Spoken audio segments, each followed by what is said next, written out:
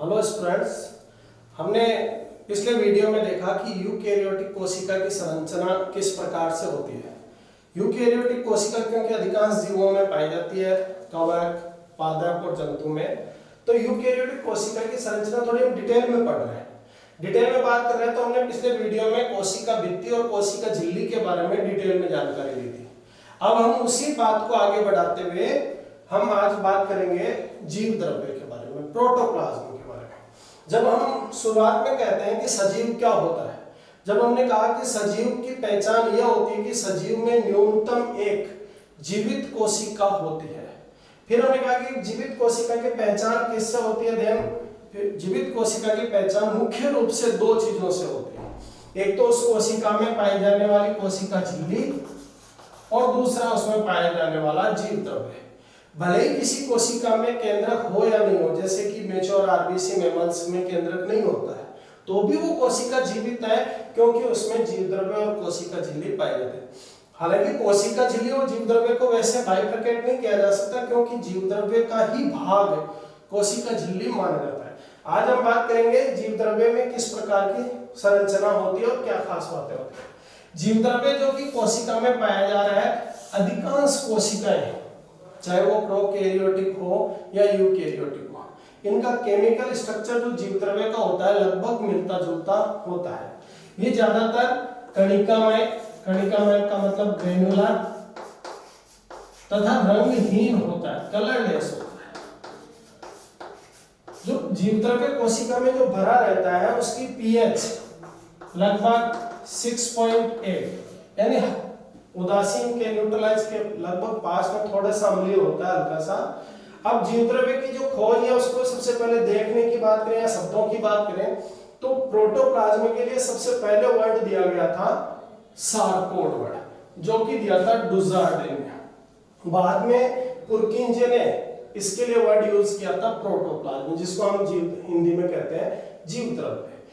जो जीव द्रव्य होता है, क्योंकि अभी हमने कहा कि सजीव के लिए कोशिका चाहिए और कोशिका जीवित होनी चाहिए, जीवित कोशिका की पहचान जीव द्रव्य से होती है, तो निश्चित रूप से हम कह सकते हैं कि किसी भी जीवन का भौतिक आधार का मतलब वो कौन सी भौतिक चीज है जो जीवन के लिए आवश्यक है, तो भौतिक आधार वो होता है जीव द्रव्य। और ये बात हमें कही थी हक्सले ने कि जीव द्रव्य जीवन का भौतिक आधार होता है। इसके बाद बात करें तो जीव द्रव्य के बारे में समझने के लिए, जीव द्रव्य को समझने के लिए कुछ सिद्धांत दिए गए थे, जिसमें जैसे कोलाइडी सिद्धांत होता है। कोलाइडी विलियन के तरह जीव द्रव्य होता है। कोलाइडी का मतलब समांगी मिश्रण हो गया एक प्रकार का, तो जीव द्रव्य समांगी मिश्रण कोलाइडी विलियन जैसा होता है। ये बात हमने कही थी हार्डी व फिशर ने। लेकिन हमने कहा कि जीव द्रव्य कणिकामय भी होता है। तो जो आधुनिक और सर्वमान्य सिद्धांत है जिसको कहा जाता है क्रिस्टेलो कोलाइडल सिद्धांत, कोलाइडी विलियन भी होता है जीव द्रव्य और वो कणिका में भी होता है, उसमें क्रिस्टल्स भी पाए जा रहे हैं। ये सबसे आधुनिक और सबसे मान्य सिद्धांत है जो कि कोलिकर के द्वारा दिया गया था। इसके अलावा जीव द्रव्य में कुछ स्थानों पर उसकी डाइल्यूशन ज्यादा हो सकती है, कुछ स्थानों पर उसकी डाइल्यूशन या तनुता जो होती है वो कम हो सकती है। ये डिपेंड करता है उसमें पाए जाने वाले प्रोटीन पर। तो जब जीव द्रव्य दो अलग अलग रूपों में मिल सकता है, कंसंट्रेट या डाइल्यूट, तो इस प्रकार के जीव द्रव्य के लिए हम दो वर्ड यूज करते हैं, सोल एंड जेल। और सोल जेल सिद्धांत जो जीव द्रव्य का दिया गया था वो हाइमन के द्वारा दिया गया था। ये भी एक बड़ा फेमस सिद्धांत है, लेकिन जो सर्वाधिक मान्य सिद्धांत है वो निश्चित रूप से क्रिस्टेलो कोलाइडल सिद्धांत है जो कि कोलिकर के द्वारा दिया गया। अब जीव द्रव्य की कोशिका में अगर हम डायग्राम में देखें तो संपूर्ण भाग जो झिल्ली के अंदर है वो संपूर्ण भाग कहलाता है जीव द्रव्य। इसके बेसिकली दो भाग हो सकते हैं। केंद्रक के बाहर वाला भाग वो कहलाता है साइटोप्लाज्म। कॉमनली हम साइटोप्लाज्म और प्रोटोप्लाज्म को एक जैसे ही यूज करते हैं, लेकिन टेक्निकली अगर हम देखें तो साइटोप्लाज्म वर्ड यूज किया जाता है न्यूक्लियस के बाहर वाले भाग के लिए, जीव द्रव्य के लिए। और न्यूक्लियस के जो अंदर रह गया, केंद्रक के जो अंदर है, उसको हम न्यूक्लियोप्लाज्म या केंद्रक द्रव्य के नाम से जानते हैं। और दोनों को कंबाइंड रूप से हम जीव द्रव्य कह सकते हैं। ये दोनों वर्ड साइटोप्लाज्म एंड न्यूक्लियोप्लाज्म ये वर्ड दिए गए थे स्ट्रासबर्ग में। अब हम बात करें कि क्या जीव द्रव्य का सारा भाग जीवित ही होता है, तो हम जानते हैं कि जीव द्रव्य में कुछ भाग जो क्रिस्टल्स होते हैं, जो आयंस होते हैं या निर्जीव भाग भी होता है। तो जीव द्रव्य के जो निर्जीव भाग होता है उसके लिए भी हम एक वर्ड यूज करते हैं ड्यूटोप्लाज्म। तो ड्यूटोप्लाज्म में उस चीज इस जीव द्रव्य में उस भाग के लिए यूज किया जाता है जो कि निर्जीव होता है, अजैविक होता है। ये कुछ जानकारी हुई हमारी जीव द्रव्य के बारे में। जीव द्रव्य जैसा ही एक वर्ड और है जो कभी कभी कंफ्यूज करता है, वो है जीव द्रव्यक, जिसको इंग्लिश में बोलते हैं प्रोटोप्लास्ट। इनमें थोड़ा सा फर्क है। एक कोशिका में पाए जाने वाला द्रव्य वो उसके लिए हमेशा हम यूज करते हैं वर्ड प्रोटोप्लास्ट। लेकिन प्रोटोप्लास्ट जो कि हेस्टिंग द्वारा दिया गया था, ये वर्ड थोड़ा सा डिफरेंस है कि माना कि एक प्लांट सेल है, पादप कोशिका है। पादप कोशिका में कोशिका भित्ति होती है, कोशिका भित्ति के अंदर झिल्ली और जीव द्रव्य होता है। यदि हम पादप कोशिका की भित्ति को हटा दें, ये केवल पादप कोशिका के लिए बात कर रहे हैं, यदि हम पादप कोशिका की भित्ति को हटा दें तो उस बची हुई संरचना के लिए वर्ड यूज किया जाता है प्रोटोप्लास्ट। जबकि प्रोटोप्लाज्म सभी जीवित कोशिकाओं में पाए जाने वाले द्रव के लिए यूज किया जाता है। नेक्स्ट, ये बात हो गई जीव द्रव्य की। अब हम बात करेंगे अगले कोशिकाओं के बारे में।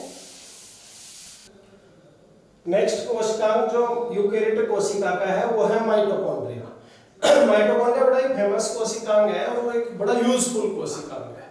जैसे कि हम सोचेंगे हम खाना क्यों खाते हैं, हम भोजन क्यों करते हैं, तो आंसर सिंपल सा है कि भोजन से हमको ऊर्जा मिलती है। लेकिन ये ऊर्जा हमें मिलती कहाँ पर है? हमारे शरीर में ऊर्जा का निर्माण इस भोजन से होता कहाँ पर है? तो हम जानते हैं कि जैसे हमने खाना खाया, डाइजेस्ट हुआ, डाइजेस्ट होने के बाद वो एब्जॉर्ब हो जाएगा, अवशोषित हो जाएगा, अवशोषित होने के बाद वो भोजन कोशिकाओं में पहुंच जाएगा। कोशिकाओं में उस भोजन का या ग्लूकोज का या सरल अणुओं का और ज्यादा ब्रेकडाउन होगा, और ज्यादा वो टूटेंगे और उनके टूटने से ऊर्जा का निर्माण होगा, जिस घटना को हम कहते हैं श्वसन। तो ऊर्जा का निर्माण जो मुख्य रूप से होता है वो श्वसन में होता है, और श्वसन के लिए जो कोशिकांग है वो कोशिकांग है माइटोकॉन्ड्रिया। तो माइटोकॉन्ड्रिया एक महत्वपूर्ण कोशिकांग है जो कोशिका में जो कि श्वसन का कार्य करता है, या दूसरी भाषा में हम बोले तो ऊर्जा उत्पादन का कार्य करता है। एक कोशिका में माइटोकॉन्ड्रिया की संख्या कितनी हो सकती है, ये डिपेंड करता है कोशिका के कार्य पर।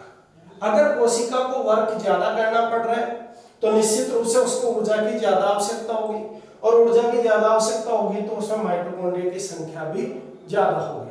जैसे मैक्सिमम नंबर क्या है कि मैक्सिमम नंबर एक अमीबा है चाओस, उसमें एक कोशिका में ही लगभग 50,000 के लगभग माइटोकॉन्ड्रिया हो सकते हैं। तो माइटोकॉन्ड्रिया की संख्या पे वैसे कोई प्रश्न नहीं है, पर एक जनरल आइडिया है कि माइटोकॉन्ड्रिया की संख्या उन कोशिकाओं में ज्यादा होती है जिनको ऊर्जा निर्माण ज्यादा करना पड़ रहा है, जिनको मूवमेंट ज्यादा करना पड़ता है, जिनको कार्य ज्यादा करना पड़ता है। अगर माइटोकॉन्ड्रिया को हम देखें कोशिका में तो इस तरह के आकार में दिखाई देता है। और अगर हम इसके साइज की बात करें तो जो एक प्रोकैरियोटिक कोशिका होती है बैक्टीरिया, हमने पहले भी कहा था कि एक प्रोकैरियोटिक कोशिका यूकैरियोटिक कोशिका की तुलना में आकार में छोटी होती है। तो एक प्रोकैरियोटिक कोशिका का जो आकार होता है, एक बैक्टीरियल सेल का जो आकार होता है, उसके लगभग आकार माइटोकॉन्ड्रिया का होता है। इसकी लंबाई 1 से 10 म्यूएम तक हो सकती है और इसकी चौड़ाई 0.5 से 1 म्यूएम। म्यूएम का मतलब micrometer that means 10 to power -6। Mitochondria की जो खोज की गई थी वो कोलिकर के द्वारा।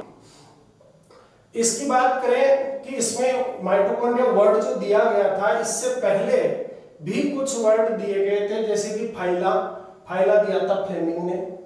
माइटोकॉन्ड्रिया के लिए बायोप्लास्ट वर्ड भी यूज किया गया था, वो यूज किया गया था आल्टमैन के द्वारा।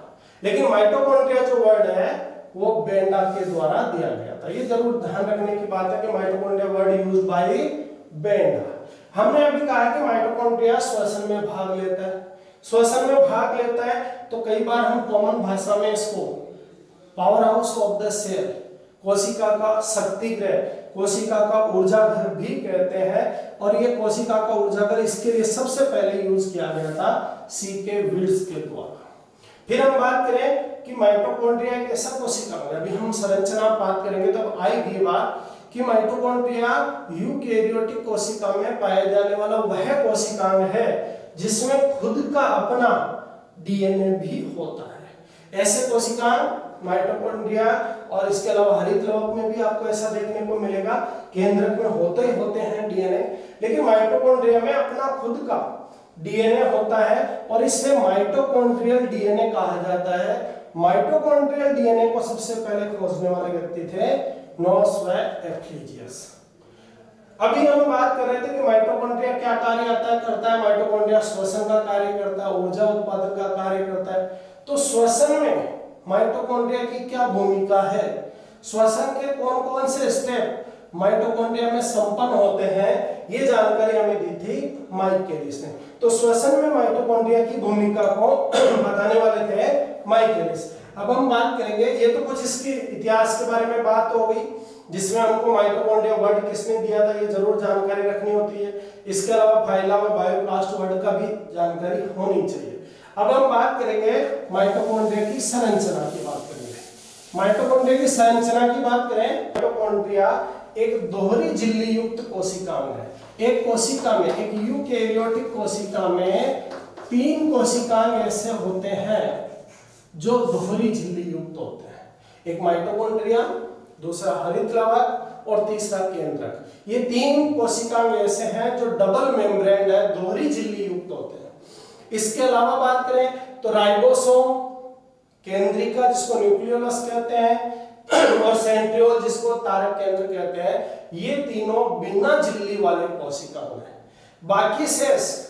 बाकी की बात करें तो जैसे गोल्जी है, ईआर है, लाइसोसोम है, ग्लाइकोक्सिसोम है, पेरोक्सिसोम है, स्पिरोसोम्स है, ये सारे कोशिकांग सिंगल मेम्ब्रेन है, एकल झिल्ली युक्त होते हैं। तो माइटोकॉन्ड्रिया के बारे में जानकारी हुई, माइटोकॉन्ड्रिया दोहरी झिल्ली युक्त कोशिकांग होता है। इसकी जो बाहरी झिल्ली होती है वो प्लेन होती है, समतल होती है, और इसकी जो आंतरिक झिल्ली है वो काफी बड़ी होती है, आकार में, साइज में, लंबाई में काफी ज्यादा होती है बाहरी झिल्ली की तुलना में। इस कारण वो इस तरह से अंदर की ओर मुड़ी भी रहती है, लटकी हुई रहती है और अंगुली समान संरचनाएं, फिंगर लाइक स्ट्रक्चर्स बनाती है। इन फिंगर लाइक स्ट्रक्चर्स को हम कहते हैं क्रिस्टी। अगर हम थोड़ा सा याद करें, थोड़ा सा बैक चले, पिछले वीडियो की बात याद करें, तो एक बैक्टीरियल कोशिका में जहां की माइटोकॉन्ड्रिया नहीं पाया जाता, वहां पर माइटोकॉन्ड्रिया का जो कार्य था श्वसन, वो कार्य किया जा रहा था कोशिका झिल्ली द्वारा। तो बैक्टीरिया की कोशिका झिल्ली और माइटोकॉन्ड्रिया की आंतरिक झिल्ली कार्य में समान होती है। दूसरी चीज कि जिस प्रकार कुछ बैक्टीरिया की झिल्ली अंदर की ओर मुड़कर मीजोसोम बनाती है, ये मीजोसोम वर्ड हमने यूज किया था बैक्टीरिया में। तो बैक्टीरिया की झिल्ली जो अंदर की ओर मुड़कर मीजोसोम बनाती है, जहां पर इसका कार्य था केवल क्षेत्रफल में वृद्धि करना श्वसन के में, उसी प्रकार की संरचना होती है क्रिस्टी, जो कि अंदर की ओर मुड़ करके क्षेत्रफल को बढ़ाती है। तो कुछ बातों का ध्यान रखें। एक जैसे प्रश्न आता है कि यूकेरियोटिक कोशिका का कौन सा कोशिकांग प्रोकैरियोटिक बैक्टीरियल सेल के समान होता है, then answer is the mitochondria. अगर कोशिकांग की पूछ रहे हैं तो माइटोकॉन्ड्रिया। बैक्टीरिया कोशिका की झिल्ली के समान जो कार्य करती है वो कौन सी संरचना है, तो माइटोकॉन्ड्रिया की आंतरिक झिल्ली। अगर ये पूछा जाए कि बैक्टीरिया में पाए जाने वाले मीजोसोम के समान जो संरचना है माइटोकॉन्ड्रिया में वो कौन सी है, then answer is the cristae. तो ध्यान रहे, माइटोकॉन्ड्रिया की बाहरी झिल्ली समतल होती है, लेकिन इसकी आंतरिक झिल्ली अंदर की ओर मोड़ करके अंगुली समान संरचनाएं बनाती है, जिसको क्रिस्टी कहते हैं। इन दोनों झिल्लियों के बीच का स्थान, कहीं भी दो झिल्लियां आए उनके बीच के स्थान के लिए बात चले, उनका नाम बनाना हो तो जगह के लिए, स्थान के लिए तो वर्ड यूज करेंगे हम स्पेस, जिसको हिंदी में कहेंगे अवकाश। तो ये जो दोनों झिल्लियों के बीच की जगह है इसके लिए अवकाश हुआ। लेकिन अवकाश कहां पर है, ये जगह कहां पर है? ये जगह है माइटोकॉन्ड्रिया की दोनों झिल्लियों के बीच में, इसलिए इसके लिए वर्ड यूज किया जाएगा पेरी माइटोकॉन्ड्रियल स्पेस।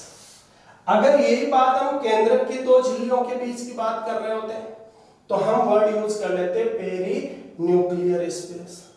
अगर हम यही बात करते हरित लवण की दोनों झिल्लियों के बीच की बात तो पेरी प्लास्टिडियल स्पेस होता। तो दोनों झिल्लियों के बीच का स्थान पेरी माइटोकॉन्ड्रियल स्पेस कहलाता है।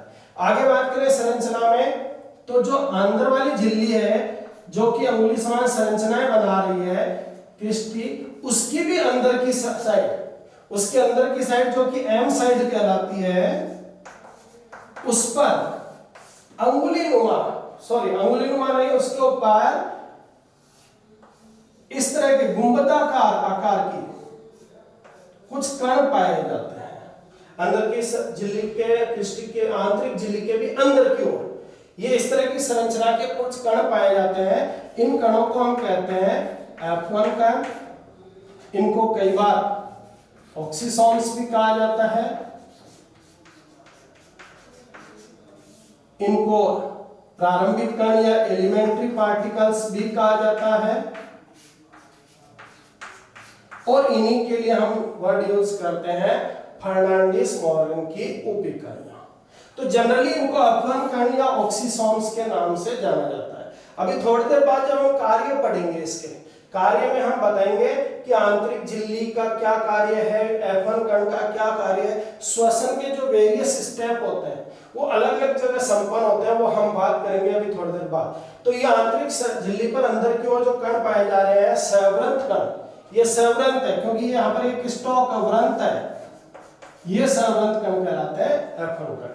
हालांकि ये भी कहा जाता है कि जो बाहरी झिल्ली है उस पर भी कुछ कण पाए जाते हैं, लेकिन वो अवृंती होते हैं, लेकिन उनका कार्य अननोन है, उनके बारे में कोई ज्यादा जानकारी नहीं है। इनको कहा जाता है सब यूनिट्स ऑफ पारनास की उप इकाइयां। लेकिन ये जो है F1 कण, इनके कार्य हमें ज्ञात है। इसके बाद आगे संरचना की बात करें तो माइटोकॉन्ड्रिया के अंदर, आंतरिक झिल्ली के अंदर द्रव भरा रहता है। यह द्रव कहलाता है मैट्रिक्स कहलाता है। इस मैट्रिक्स में इस माइटोकॉन्ड्रिया के एंजाइम्स पाए जाते हैं जो श्वसन में काम में आते हैं। इसके अलावा वृत्ताकार डीएनए पाया जाता है। ये एक खास बात है, ध्यान से सुने इस बात को, कि एक यूकेरियोटिक कोशिका में जो उसका मुख्य डीएनए होते हैं वो पाए जाते हैं केंद्रक में, लेकिन वो होते हैं रेखीय डीएनए। अगर हम वृत्ताकार डीएनए की बात करें तो वृत्ताकार डीएनए जनरली हमको मिलता है प्रोकैरियोटिक कोशिका में, लेकिन यहां पर हम क्योंकि यूकेरियोटिक कोशिका पढ़ रहे हैं, उसके कोशिकांग पढ़ रहे हैं, उसमें हमने कहा कि माइटोकॉन्ड्रिया में भी वृत्ताकार डीएनए पाया जाता है जिसकी 2 से 6 तक कॉपीज हो सकती है। इस डीएनए पर वो जीन पाए जाते हैं जो माइटोकॉन्ड्रिया के एंजाइम्स का निर्माण करते हैं। कहा जा सकता है कि माइटोकॉन्ड्रिया अपने एंजाइम्स के निर्माण के लिए केंद्रक के डीएनए पर निर्भर नहीं करता, उसका अपना खुद का डीएनए होता है, वो अपने खुद के एंजाइम्स का श्रावण या निर्माण कर सकता है। इसके अलावा मैट्रिक्स में देखें तो मैट्रिक्स में राइबोसोम भी पाए जाते हैं, जबकि जनरली यूकेरियोटिक कोशिका में राइबोसोम कोशिका द्रव्य में या अंतःप्रदर्भी जालिका के ऊपर पाए जाते हैं। लेकिन यहां पर हम कह रहे हैं कि माइटोकॉन्ड्रिया के अंदर भी उसके खुद के अलग से राइबोसोम है। और खास बात क्या है कि ये राइबोसोम 70 एस के हैं, जबकि यूकेरियोटिक कोशिका के जो सामान्य राइबोसोम है जो कि कोशिका द्रव्य में या ईआर पर पाए जाते हैं वो 80 एस के होते हैं। माइटोकॉन्ड्रिया खुद के राइबोसोम 70s के होते हैं। ये बात हमने प्रोकैरियोटिक में पढ़ी थी कि प्रोकैरियोटिक के राइबोसोम 70s के होते हैं। उनमें वृत्ताकार डीएनए पाया जाता है, उनकी झिल्ली में श्वसन के एंजाइम होते हैं। आप देखेंगे तो जो कार्य एक प्रोकैरियोटिक कोशिका कर रही है एक बैक्टीरिया की कोशिका करती है, जिस तरह की संरचना एक बैक्टीरिया की कोशिका की होती है, वो सारी संरचना यूकैरियोटिक कोशिका में माइटोकॉन्ड्रिया की होती है।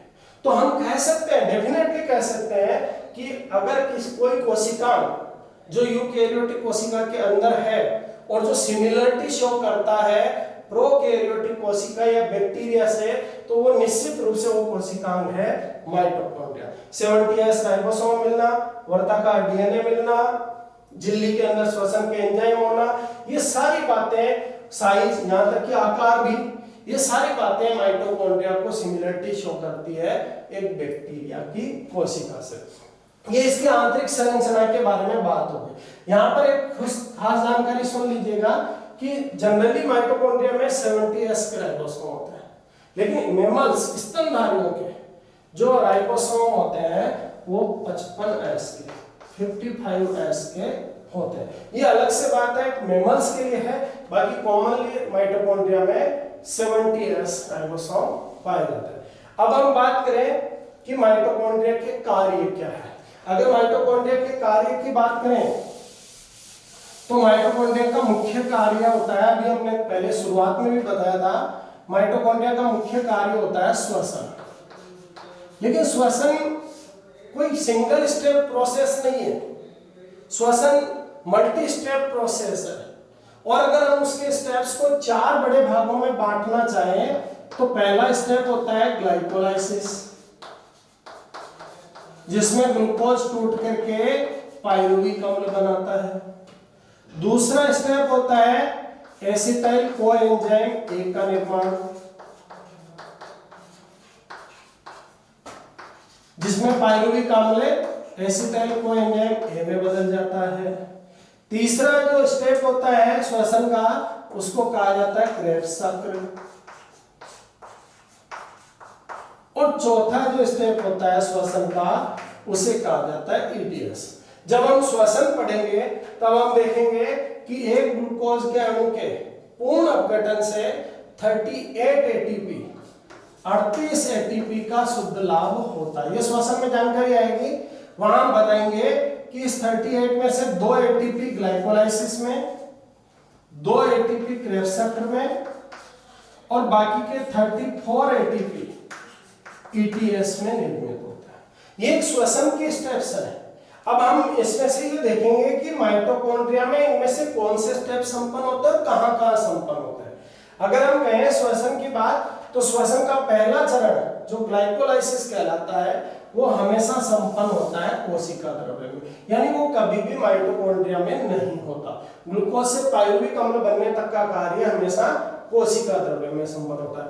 तो रेस्ट 3 स्टेप बच गए, जो 3 स्टेप ये माइटोकॉन्ड्रिया में संपन्न होता है। जैसे कि दूसरा स्टेप है एसिटाइल कोएंजाइम ए का निर्माण, यह संपन्न होता है दोनों झिल्लियों के बीच, जिसको हमने कहा था पेरी माइटोकॉन्ड्रियल स्पेस में। तो पेरी माइटोकॉन्ड्रियल स्पेस में यह कार्य होता है। तीसरा जो क्रेब्स चक्र है, यह संपन्न होता है मैट्रिक्स में। प्रश्न इस तरह से भी आ सकता है कि क्रेब्स चक्र के एंजाइम कहां पाए जाते हैं, then answer is the matrix of mitochondria. Mitochondria के मैट्रिक्स में होता है। क्रेब्स चक्र में बहुत सारे एंजाइम काम में आते हैं, वो ज्यादातर मैट्रिक्स में मिलते हैं। उनमें से एक एंजाइम ऐसा है succinate dehydrogenase. Succinate dehydrogenase matrix में नहीं मिल करके आंतरिक झिल्ली में मिलता है। ये अलग से एक जानकारी हो गई। अब आता है चौथा चरण, जो सबसे इंपॉर्टेंट है ऊर्जा निर्माण के हिसाब से, ईटीएस, जिसका दूसरा नाम ऑक्सीकारी फास्फोरिलीकरण है। ईटीएस को ही हम ऑक्सीकारी फास्फोरिलीकरण कह सकते हैं। ये ऑक्सीकारी फास्फोरिलीकरण या ईटीएस संपन्न होता है हमेशा F1 कणों में। तो F1 कणों में ईटीएस का संपन्न होना, मैट्रिक्स में क्रेब्स चक्र का संपन्न होना, दोनों झिल्लियों के बीच second step acetyl coenzyme A का निर्माण होना, और ग्लाइकोलाइसिस कभी भी माइटोकॉन्ड्रिया में होता नहीं है, वो होता है हमेशा कोशिका तल में। तो ये कुछ कार्य तो ये हो गए। इसके अलावा माइटोकॉन्ड्रिया के और क्या कार्य माने, माइटोकॉन्ड्रिया के और कार्यों की देखें तो माइटोकॉन्ड्रिया जैसे ऊर्जा निर्माण करता है तो उन जगहों पर ज्यादा मिलता है जहां पर ऊर्जा की ज्यादा आवश्यकता होती है। जैसे शुक्राणु का जो मिडिल पार्ट होता है, मध्य भाग होता है, वहां पर माइटोकॉन्ड्रिया की संख्या ज्यादा होती है। उसका कारण सिंपल सा है कि वहां पर शुक्राणु को गति करने के लिए ऊर्जा चाहिए और ऊर्जा माइटोकॉन्ड्रिया से हमें प्राप्त होती है। तो ये था माइटोकॉन्ड्रिया, जिसकी जानकारी हमने संरचना से लेकर कार्य तक के लिए। नेक्स्ट कोशिका, इसके बाद हम स्टार्ट करते हैं अगला कोशिका हरित लवक। नेक्स्ट कोशिका जो यूकेरियोटिक कोशिका में होता है वो है लवक। लवक सामान्यतः पादप कोशिका में पाया जाने वाला कोशिकांग है। लवक या प्लास्टिड जिसकी खोज हीकल द्वारा की गई थी और इसका नाम plastid word given by Schimper. लवक की बात करें तो लवक में जनरली हम कंफ्यूज हो जाते हैं कि प्लास्टिड और क्लोरोप्लास्ट, हरित लवक और लवक। तो हम बता रहे हैं कि लवक मुख्य रूप से 3 प्रकार के होते हैं। लवक अवर्णी लवक, यदि उसमें कोई कलर नहीं है, किसी भी प्रकार का वर्णक नहीं है तो उसको कहा जाता है ल्यूकोप्लास्ट। यदि उसमें हरे रंग का वर्णक है ज्यादा तो उसको कहा जाएगा क्लोरोप्लास्ट। और यदि उसमें हरे के अलावा अन्य रंग के वर्णक ज्यादा है, लवक ज्यादा है, तो फिर उसको कहा जाएगा क्रोमोप्लास्ट। सबसे पहला अवर्णी लवक जिसमें किसी भी प्रकार के वर्णक नहीं पाए जाते। तो फिर ये काम क्या आता है? जैसे हरित लवक के बारे में तो जनरली हम जानते हैं कि ये प्रकाश संश्लेषण में काम में आता है। अगर किसी पादप भाग का कोई कलर उत्पन्न करना है, नया अलग कलर का, लाल, पीला, नीला, तो वर्णी लवक हुआ। लेकिन ल्यूकोप्लास्ट क्या काम करता है? ल्यूकोप्लास्ट का मुख्य कार्य होता है भोजन संग्रह। अब भोजन संग्रह में क्या हो सकता है? जैसे स्टार्च हो सकता है।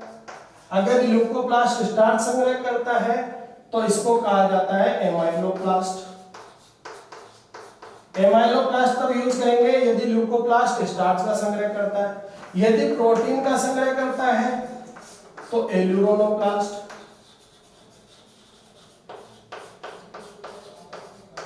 एल्यूरोनोप्लास्ट तब यूज करेंगे जब वो ल्यूकोप्लास्ट प्रोटीन का संग्रह करेगा। यदि वो वसा का संग्रह कर रहा है तो उसे वर्ड यूज करते हैं तब हम इलेरोप्लास्ट। तो ये अलग अलग कंडीशन में हम इनके लिए वर्ड यूज करते हैं। यदि कोई ऐसा हरित लवक है जिसमें वर्णक समाप्त हो जाने के कारण वो ल्यूकोप्लास्ट में बदल गया, तब उसके लिए वर्ड यूज किया जाता है इटियोप्लास्ट।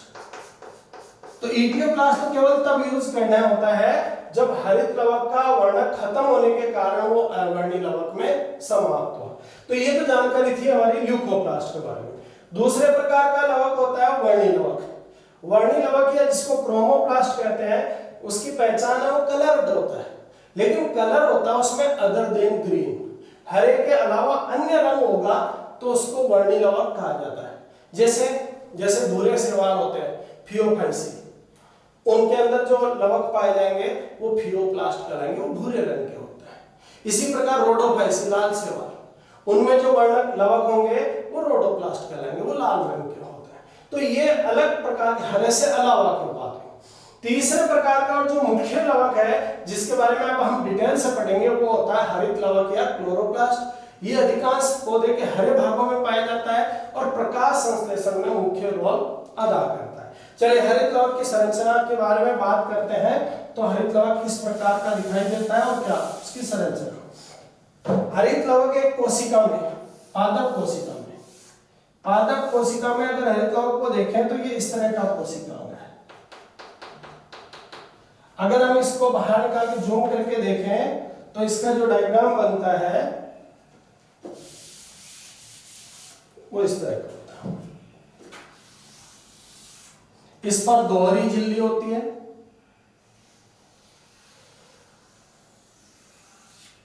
इस तरह का दिखाई देगा। हरित लवक जो कि मुख्य लवक है उसके बारे में हम स्टार्ट कर रहे हैं इसकी संरचना समझने के लिए। तो थोड़ी सी जानकारी लेते हैं कि जिस तरह हमने कहा कि लवक की खोज हीकल द्वारा की गई, उसी प्रकार क्लोरोप्लास्ट या हरित लवक की खोज की गई थी सेक्स के द्वारा। जिस प्रकार प्लास्टिड वर्ड दिया गया था सिम्फर द्वारा, उसी प्रकार क्लोरोप्लास्ट वर्ड भी दिया गया था सिम्फर द्वारा। ये तो जानकारी हो गई इसके नाम के बारे में। अब हम इसकी संख्या की बात करें कि एक कोशिका में जनरली हरित लवक कितने होते हैं, वो डिपेंड करता है कि कोशिका प्रकाश संश्लेषण कर रही है या नहीं कर रही। जैसे उदाहरण के लिए पत्तियों में जो मेसोफिल कोशिकाएं होती है, बीच में जो भरी हुई कोशिकाएं होती है, जो मुख्य प्रकाश संश्लेषण अंग है, उन कोशिका में एक कोशिका में भी 100 तक क्लोरोप्लास्ट हो सकते हैं। तो क्लोरोप्लास्ट की संख्या डिपेंड करती है उसकी प्रकाश संश्लेषण की कैपेसिटी पर। इसका आकार क्या होता है? आकार लगभग माइटोकॉन्ड्रिया के समान 3 to 10 mm लंबाई है कोशिकाओं होता है। साइज में बड़ा छोटा भी हो सकता है, शैवालों में कुछ बड़े आकार के भी मिल सकते हैं। जनरली जहां संख्या अधिक होती है वहां साइज छोटी हो जाती है, संख्या कम होती है वहां साइज बड़ी हो जाती है। अब हम बात करें इसकी संरचना की, तो जिस प्रकार हमने माइटोकॉन्ड्रिया में कहा था कि माइटोकॉन्ड्रिया दोहरी झिल्ली युक्त कोशिकाओं है, उसी प्रकार हरित लवक भी दोहरी झिल्ली युक्त कोशिकाओं होता है। इसकी दोनों झिल्लियों के बीच की जो जगह है उसके लिए हम वर्ड यूज करते हैं पेरीप्लास्टिडियल स्पेस। पेरीप्लास्टिड, जैसे माइटोकॉन्ड्रिया में हमने यूज किया था पेरी माइटोकॉन्ड्रियल स्पेस, वैसे ही हरित लवक में पेरीप्लास्टिडियल स्पेस। अब इसके अंदर की बात करें तो इसके अंदर हमको दो तरह की संरचनाएं दिखाई देती है। कुछ तो ऐसी संरचनाएं जो झिल्ली से बनी हुई है, इस तरह की संरचनाएं, ये संरचनाएं आपस में जुड़ी हुई भी हो सकती है, जैसे इस तरह से जुड़ी हुई भी हो सकती है। और दूसरा इसका लिक्विड पार्ट। तो हरित लवक के अंदर की संरचना में दो भाग हो गए, एक लिक्विड पार्ट जिसको स्ट्रोमा कहा जाता है, और एक झिल्ली युक्त ऐसा भाग जिसको ग्रेना कहा जाता है। ग्रेना या ग्रेनम, ग्रेनम यूज करते हैं हम सिंगल के लिए, सिंगुलर के लिए, एक वचन के लिए, और ग्रेना वर्ड यूज करते हैं प्लूरल के लिए, बहुवचन। उन दोनों में कोई फर्क नहीं होता। ग्रेना से स्टार्ट करें तो ग्रेना में हम देखेंगे कि इस तरह की बहुत सारी झिल्ली युक्त संरचनाएं एक के ऊपर एक रखी हुई है। जैसे हम सिक्कों को एक के ऊपर एक रख देते हैं, उस तरह की जो संरचना बनती है वो संरचना ग्रेनम है। इसका एक भाग वो कहलाता है थाइलेकोइड। थाइलेकोइड जो वर्ड दिया गया था मेंग के द्वारा, ये थाइलेकोइड के समूह से बनता है ग्रेना। एक ग्रेना में कितने थाइलेकोइड हो सकते हैं? एक ग्रेना में 2 से 100 तक कितने भी थाइलेकोइड हो सकते हैं। मिनिमम 2 तो होते हैं, क्योंकि 2 के बिना तो वो थाइलेकोइड रह जाएगा, ग्रेना नहीं बन पाएगा। तो ग्रेना का निर्माण होता है थाइलेकोइड से। अगर हम थाइलेकोइड की संरचना को देखें अलग से, थाइलेकोइड की संरचना को देखें तो थाइलेकोइड एक झिल्ली युक्त संरचना है। इस तरह की संरचना होती है, और इसकी झिल्ली में यहां पर इन स्थानों में प्रकाश संश्लेषी वर्णक पाए जाते हैं। प्रकाश संश्लेषी वर्णक जैसे chlorophyll A, chlorophyll B, carotenoids, carotenes, xanthophylls, ये सारे वर्णक प्रकाश संश्लेषी वर्णक होते हैं जो प्रकाश को अवशोषित करके प्रकाश संश्लेषण करते हैं। ये पाए जाते हैं झिल्ली के, थाइलेकोइड की झिल्ली में। ये जो वर्णक होते हैं कभी भी अकेले काम नहीं करते, ये ग्रुप में काम करते हैं। और उस ग्रुप को कहा, जैसे ये ग्रुप है, मान लो कुछ वर्णकों का, ये ग्रुप है, ये ग्रुप है, ये ग्रुप कहलाता है क्वांटासोम। क्वांटासोम जिनकी खोज की गई थी पार्क और बिगिंस के द्वारा, कई बार पार्क और पॉन्स पे आता है, तो पार्क, पॉन्स एंड बिगिंस के द्वारा क्वांटासोम की खोज की गई थी। क्वांटासोम क्या हुआ?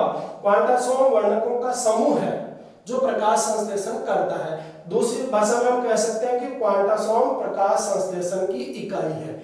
इस ग्रुप में लगभग 160 अणु क्लोरोफिल ए के, लगभग 70 अणु क्लोरोफिल बी के, और 50 अणु के लगभग इसमें कैरोटिनॉइड्स के। तो ये क्वांटासोम में इस तरह से वर्णकों का एक समूह है जो प्रकाश संश्लेषण करता है। इसके बाद बात करें कि जो क्लोरोफिल ए का अणु है और क्लोरोफिल बी, ये मुख्य वर्णक है। क्लोरोफिल ए को यूनिवर्सल पिगमेंट कहा जाता है। यूनिवर्सल पिगमेंट इसलिए कहा जाता है कि वो सभी पौधों में पाया जाता है। क्लोरोफिल बी जो होता है वो सहायक वर्णक होता है। मुख्य वर्णक क्लोरोफिल ए हुआ, सहायक वर्णक हो गया क्लोरोफिल बी और कैरोटीनॉइड्स। ये सारे सहायता करते हैं प्रकाश संश्लेषण में। एक क्लोरोफिल ए और क्लोरोफिल बी यानी क्लोरोफिल अणुओं की जो संरचना होती है वो इस तरह की होती है। उनके अंदर 4 इस प्रकार की पायरोल रिंग्स होती है। इस तरह की 4 पायरोल रिंग्स होती है जो मैग्नीशियम के अणु से जुड़ी रहती है, और इसमें 2 श्रृंखलाएं लंबी होती है जिनको फाइटोल श्रृंखला कहते हैं। ये फाइटोल श्रृंखला है, ये पायरोल रिंग्स है। ये जो संरचना है क्लोरोफिल की, ये दी गई थी 3 वैज्ञानिकों द्वारा, विल्स्टाटर, स्टॉल व फिशर द्वारा। तो क्लोरोफिल अणु की संरचना विल्स्टाटर, स्टॉल व फिशर द्वारा दी गई थी। क्लोरोफिल ए का जो फॉर्मूला होता है C55 S72 O5 N4 Mg, ये क्लोरोफिल ए का अणु। अगर क्लोरोफिल बी की बात करें तो क्लोरोफिल ए में से CH3 हटेगा और उसके स्थान पर CHO आ जाएगा, तो 2 तो हाइड्रोजन कम हो जाएंगे, S70 रह जाएगा, 1 ऑक्सीजन बढ़ जाएगा। ये अगर अणु बनता है तो ये हो गया क्लोरोफिल बी के लिए। तो ये संरचना हुई इसकी ग्रेना की, स्ट्रोमा की। ग्रेना की बात और थायरोइड की बात। दूसरा भाग जो हरित लवण का है वो होता है स्ट्रोमा। स्ट्रोमा में एंजाइम्स पाए जाते हैं। इसके अलावा स्ट्रोमा में वृत्ताकार डीएनए पाया जाता है। इसके अलावा स्ट्रोमा में 70S राइबोसोम पाए जाते हैं। अब खास बात ध्यान से देखेंगे तो जिस तरह से माइटोकॉन्ड्रिया था, माइटोकॉन्ड्रिया का खुद का अपना डीएनए था, खुद के अपने राइबोसोम थे, उसी प्रकार हरित लवण का भी खुद का अपना डीएनए है, खुद के अपने राइबोसोम है। तो जिस प्रकार माइटोकॉन्ड्रिया अपने एंजाइम खुद बना सकता है, उसी प्रकार हरित लवण भी अपने एंजाइम खुद बना सकता है। इससे माइटोकॉन्ड्रिया और हरित लवण दोनों को हम अर्ध स्वायत्त कोशिकांग कहते हैं, सेमी ऑटोनोमस सेल ऑर्गेनेल। कारण दोनों के पास अपना खुद का डीएनए होना, खुद के राइबोसोम होना, खुद के एंजाइम खुद निर्मित करना, इसलिए दोनों कोशिकांग माइटोकॉन्ड्रिया और हरित लवण कहलाते हैं अर्ध स्वायत्त कोशिकांग। इसके जो डीएनए है, हरित लवण का जो डीएनए है उसकी खोज की गई थी रिस व प्लाउड द्वारा। तो ये हरित लवण की इस प्रकार से हमने संरचना देखी। अब कार्य की बात करें कि हरित लवण का कार्य क्या हुआ। कार्य की बात करें तो इसके मुख्य रूप से 2 भाग है, ग्रेना और स्ट्रोमा, और कार्य मुख्य रूप से है प्रकाश संश्लेषण। लेकिन प्रकाश संश्लेषण में हम जानते हैं कि 2 चरण होते हैं। एक को बोलते हैं प्रकाशिक अभिक्रिया लाइट रिएक्शन, और दूसरी को बोला जाता है अप्रकाशिक अभिक्रिया डार्क रिएक्शन। तो जो प्रकाशिक अभिक्रिया है वो हमेशा संपन्न होती है ग्रेना में, और जो अप्रकाशिक अभिक्रिया है वो हमेशा संपन्न होती है स्ट्रोमा में। तो ये था हरित लवण की संरचना और कार्य। नेक्स्ट वीडियो में हम कुछ और कोशिकाओं के बारे में बात करेंगे। थैंक यू, धन्यवाद।